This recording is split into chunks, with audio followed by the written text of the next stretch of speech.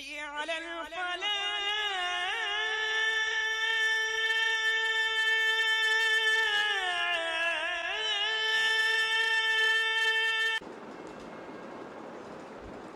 السلام علیکم ورحمۃ اللہ وبرکاتہ.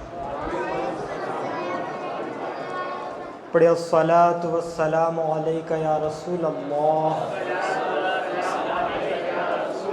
الصلاۃ والسلام علیک یا حبیب اللہ. الصلاۃ والسلام علیک یا نبی اللہ. الصلاۃ والسلام علیک یا نور اللہ. صلی اللہ تعالی علیہ وسلم. آئیے اور ایک درود پاک میں پڑھاتا ہوں جس کی فضیلت بارہ سنتے ہیں. پڑھیے اللہم صلی علی سیدنا و مولانا محمد فی اول کلامنا. اللہم صلی علی سیدنا و مولانا محمد فی اوسط کلامنا. اللہم صلی علی سیدنا و مولانا محمد فی آخری کلامنا. اس درود پاک کی فضیلت جو بندہ مومن مغرب میں پڑھ لے تو فجر تک، اور فجر میں پڑھ لے تو مغرب تک درود پاک پڑھنے کا ثواب لکھا جائے گا. تو انشاءاللہ اس کی عادت بنائیے. میرے پیارے آقا صلی اللہ تعالی علیہ وسلم کے پیارے دیوانوں، اتباع سنت کے حوالے سے ہم بزرگان دین کے بارے میں کچھ باتیں سن رہے تھے. مزید اور آگے ہم بزرگان دین کی اتباع سنت کی پیروی کے حوالے سے کچھ باتیں. میرے پیارے آقا صلی اللہ تعالی علیہ وسلم کے پیارے دیوانوں، ایک دن کسی نے امام اعظم ابو حنیفہ رضی اللہ تعالی عنہ سے کہا کہ آپ حضور صلی اللہ علیہ وسلم کی حکم کی خلاف ورزی کرتے ہیں. آپ نے اس کے جواب میں کہا لعن اللہ من یخالف رسول اللہ صلی اللہ علیہ وسلم بہ اکرمنا اللہ و بہ تنقذنا. خدا اس پر لعنت کرے جو رسول اللہ صلی اللہ علیہ وسلم کی مخالفت کرتا ہے. حضور ہی کی وجہ سے خدا نے ہمیں عزت عطا کی اور حضور ہی کے سبب ہم نے نجات حاصل کی. یہ امام اعظم ابو حنیفہ رضی اللہ تعالی عنہ نے اس کا جواب عطا فرمایا جو ان پر الزام لگایا تھا. میرے پیارے آقا صلی اللہ تعالی علیہ وسلم کے پیارے دیوانوں، حضرت امام اعظم رضی اللہ تعالی عنہ بھی سنتوں کے بڑے پابند تھے، اور رسول اعظم صلی اللہ علیہ وسلم کی مخالفت کو آپ کتنا عظیم جرم سمجھتے تھے. وہ آپ کے مذکورہ فرمان سے ظاہر ہے کہ آپ نے اسے قابل لعنت فرمایا جو حضور صلی اللہ تعالی علیہ وسلم کی مخالفت کرے اور آپ کی سنتوں کو حقیر سمجھے.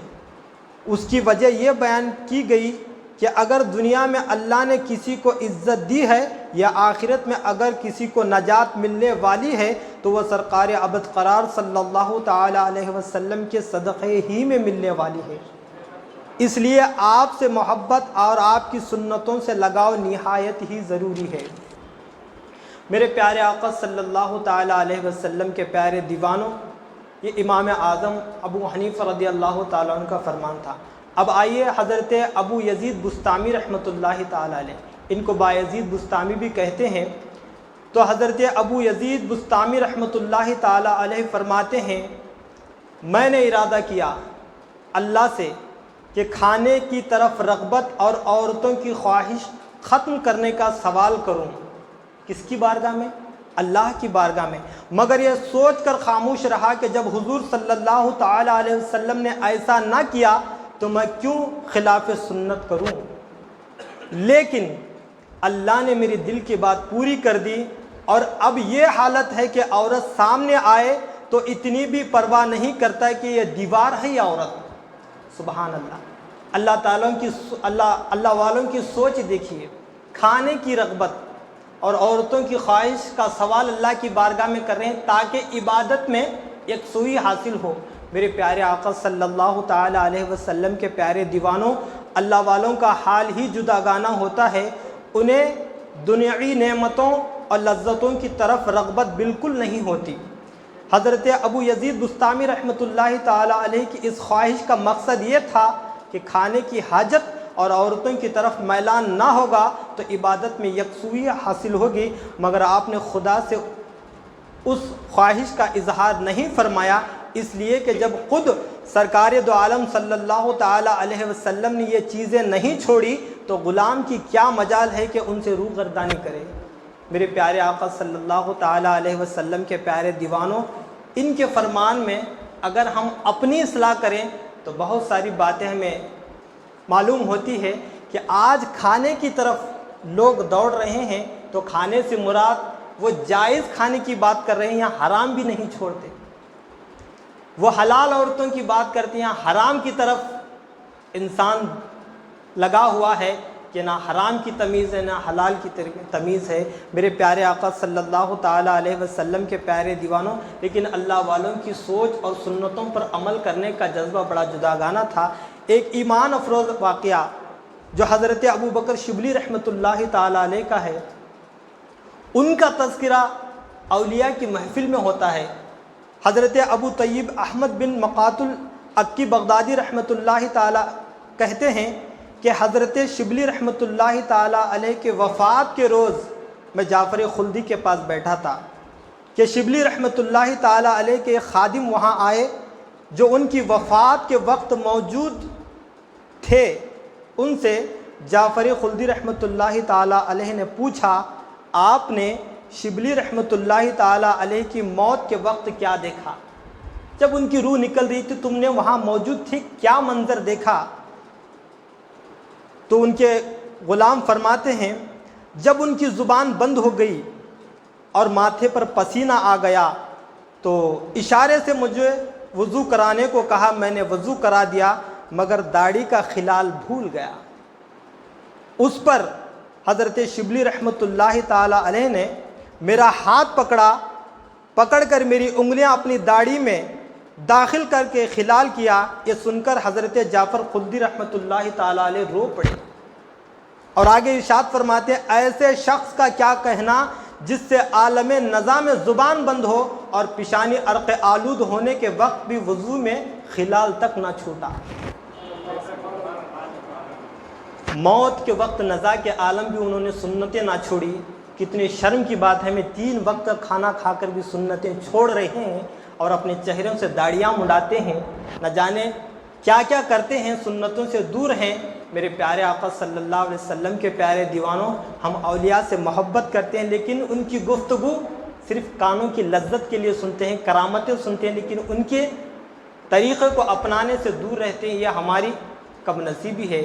یہاں سے سنی دعوت اسلامی کے اس اجتماع سے ہمیں سبق ملتا ہے، مجھے اور آپ کو ان کی زندگی دیکھ کر یا سن کر ہمیں بھی عمل کرنا چاہیے، کریں گے انشاءاللہ۔ میرے پیارے آقا صلی اللہ تعالی علیہ وسلم کے پیارے دیوان، اور ایک واقعہ سنا کر اپنی گفتگو کو ختم کروں گا کہ ہم سنتیں سنتے ہیں، یہ سنت ہے، یہ سنت ہے، لیکن اللہ والے حضور کس طریقے سے سنت ادا کرتے اس پر غور کرتے ہیں۔ میرے پیارے آقا صلی اللہ تعالی علیہ وسلم کے پیارے دیوانوں، حضرت امام احمد بن حنبل اتباع سنت کے بہت ہی زیادہ پابند تھے۔ وہ جو بھی کام کرتے اس میں اس بات کا خیال رکھتے کہ یہ کام حضور صلی اللہ علیہ وسلم نے کس طرح کیا تھا۔ اس معاملے میں آپ کی شدت یہاں تک پہنچی ہوئی تھی کہ جب آپ پچھنا لگواتے تو حجام کو 1 دینار دیتے۔ پچھنا سمجھتے حجامہ کرانا، جو آج کیمپ لگتے ہیں، جو حجامہ کرانا، فاسد خون نکالنا، بہت سارے بیماریوں سے اس سے شفا ملتی ہے، حضور کی سنت ہے۔ لیکن امام احمد بن حنبل فرماتے ہیں یہ حضور کس طریقے سے ادا کرتے تھے۔